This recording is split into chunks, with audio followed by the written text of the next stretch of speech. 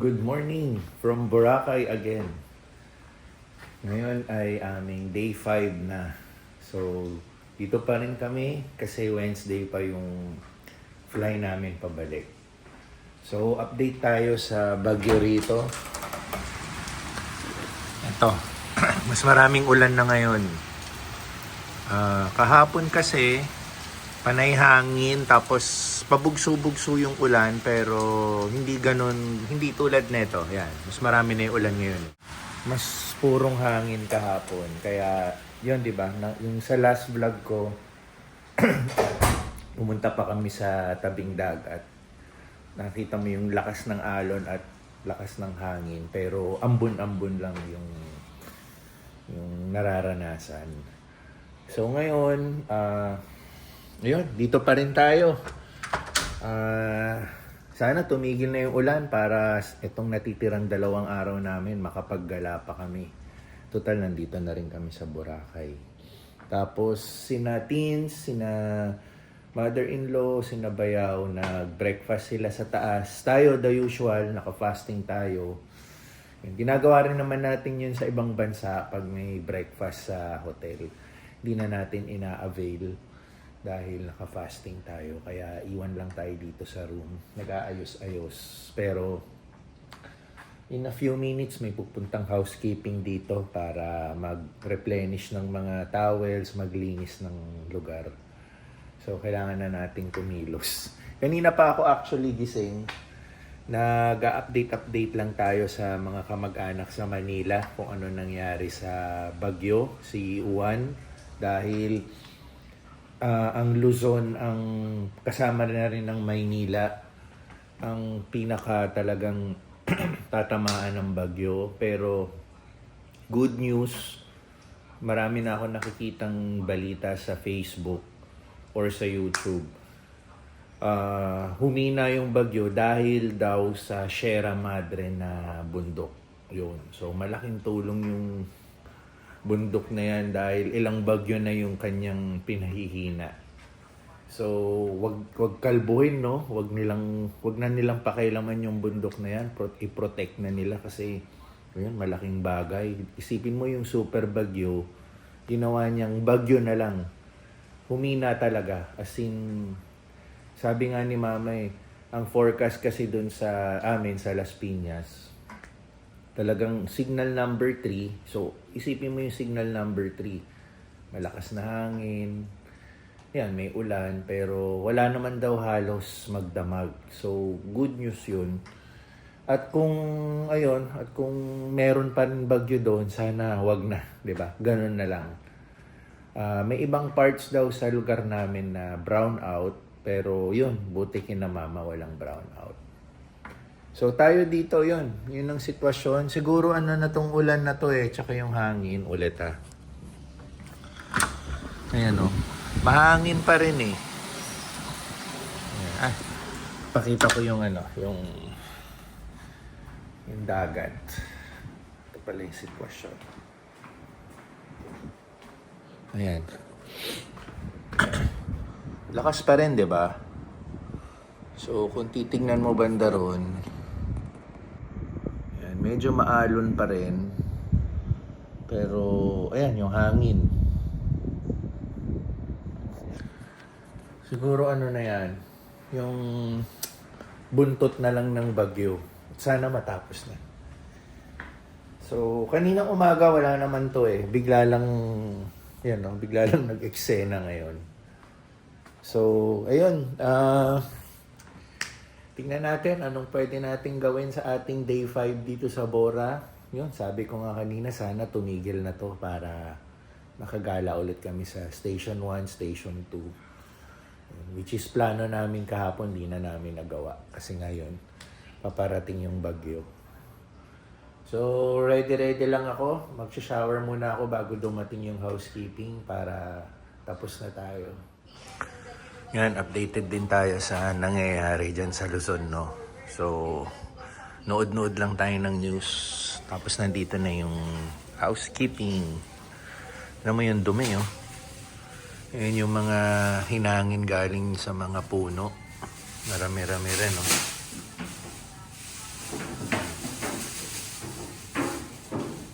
Tapos ito, tinutulungan tayo maglinis.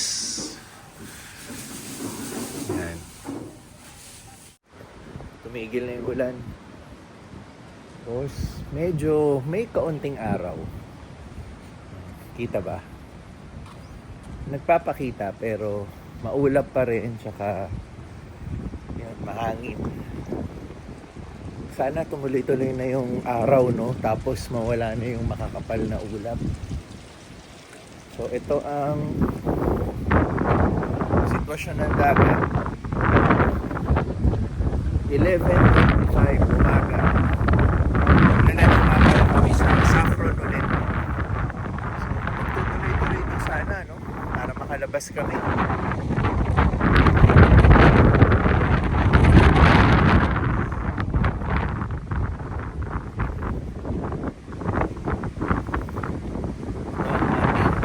Malakas pa rin yung hangin.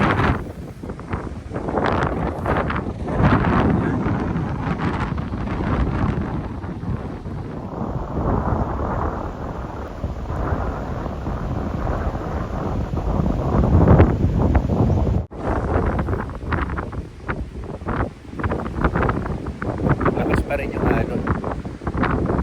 So yung mga bata, nandun sila sa parang play area dito sa Crimson. Silipin natin. Tapos meron ding pool daw din sa kasi infinity pool. Nandito yung pool. Yan.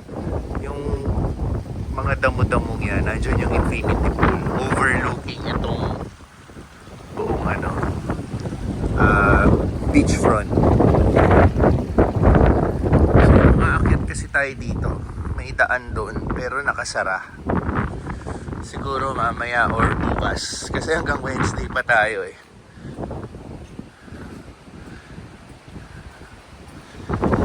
Pakita natin So parang yung pool doon overlooking yun. Kita mo yan, makakapal na ulap. Wala na naman yung araw. Baka bumuhos na naman yung ulan.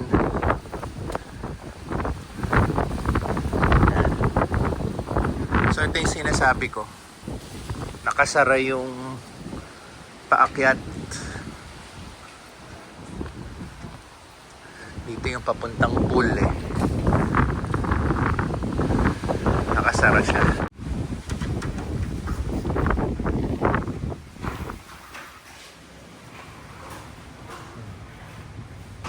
Ang tawag nila ay Cream Zone dito. Cream Zone.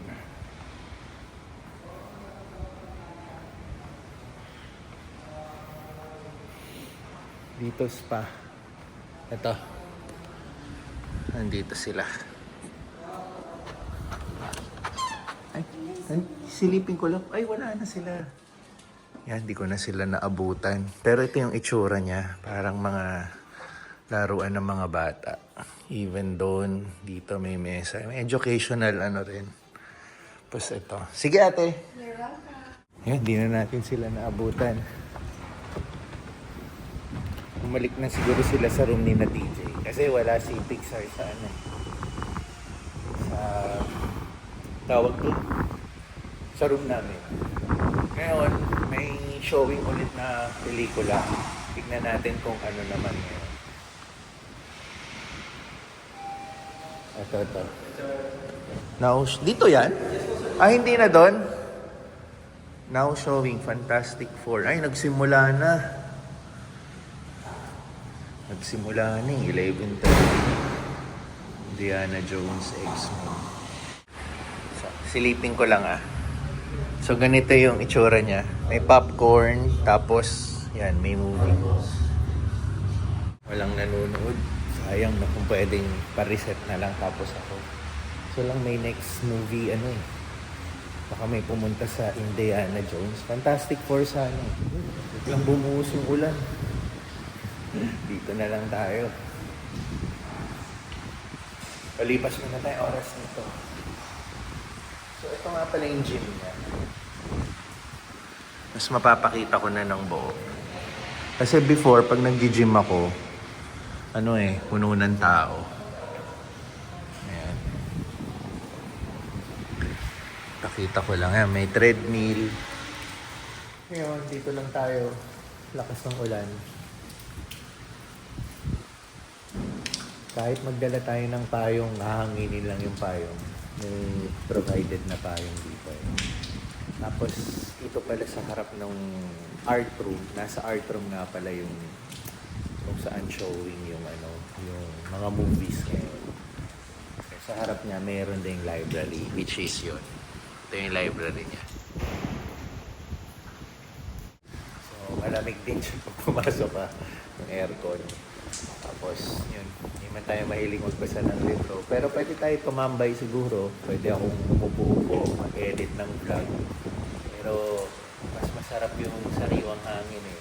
Yan, yung hangin galing Baguio kaysa aircon. Kaya dito lang muna tayo tumatambay. Tapos, in a few minutes, sabay-sabay kami magla-lunch dito sa Saffron Cafe ulit. Kung saan kami nag-lunch kahapon ni Pixar. So, ayun. Mukhang dito lang ulit kami sa hotel for the whole day. So may last day pa kami bukas. Yun. Ito try ko nga tong mic. Nandito na kami sa Saffron Cafe para mag-lunch. Lumayo lang ako kasi ang lakas ng background music para itry na rin tong mic. Ayan. Kung malakas. Hindi, bumubulong-bulong lang ako. Ewan ko kung rinig ako. Try ko lang.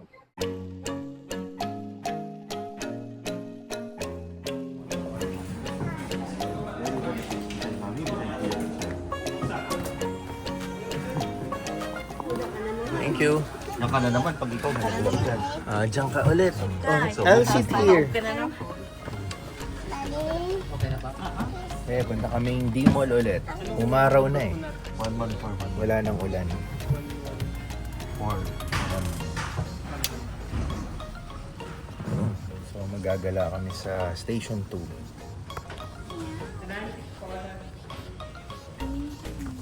Yun, kasama natin si Baby. Baby girl is with us. Yung henna. Mahirap pala nung first time. Saan ka? Saan ka magbubuk henna? Oo. Kailangan alam mo.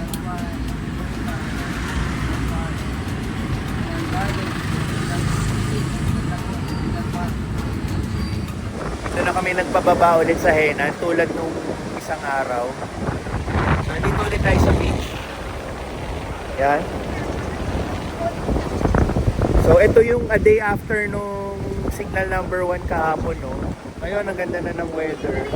Pero, yan, may dark clouds sa likod ko. Sana huwag tayo abutan ng ulan. Pero sa ngayon, okay naman. Tapos ito, sina TJ sa likod ko. Mag-picture taking na kami in a while. So, sila muna, tas maya sama-sama kami. So, ito yung Henan. Napansin ko, tinanggal nila yung mga upuan dito kahapon. Yung isang araw, no? Kasi nga yung bagyo, baka nililipad. Tapos may mga sako ng buhangin. Pangpigil din yan siguro sa storm surge. Tapos, tingnan mo yung entrance nila, nilagyan din nila ng harang. Isang araw kasi open yan eh. So, nag-ready lang din sila sa bagyo. So, ito, maya-maya magpi-picture taking na kami. Tayo na. Behind the scene yan ako, son. Behind the scene.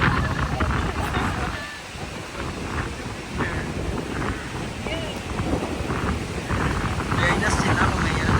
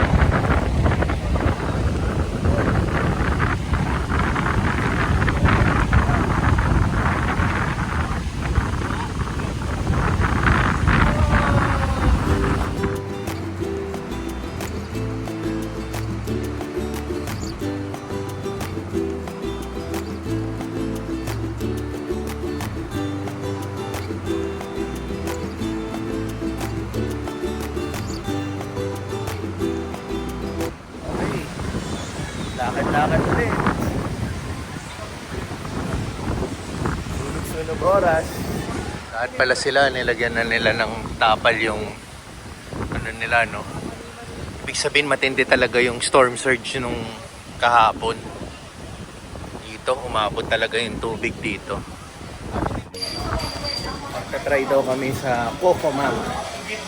Palagi ko nakikita tong Andox no? Dito sa Bora.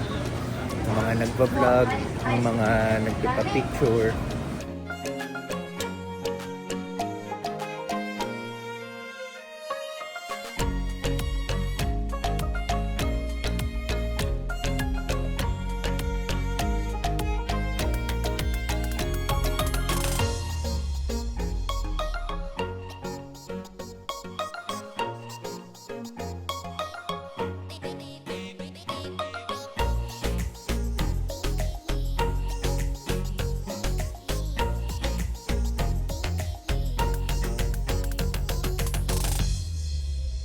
Ang ganda pa ng drum roll nun.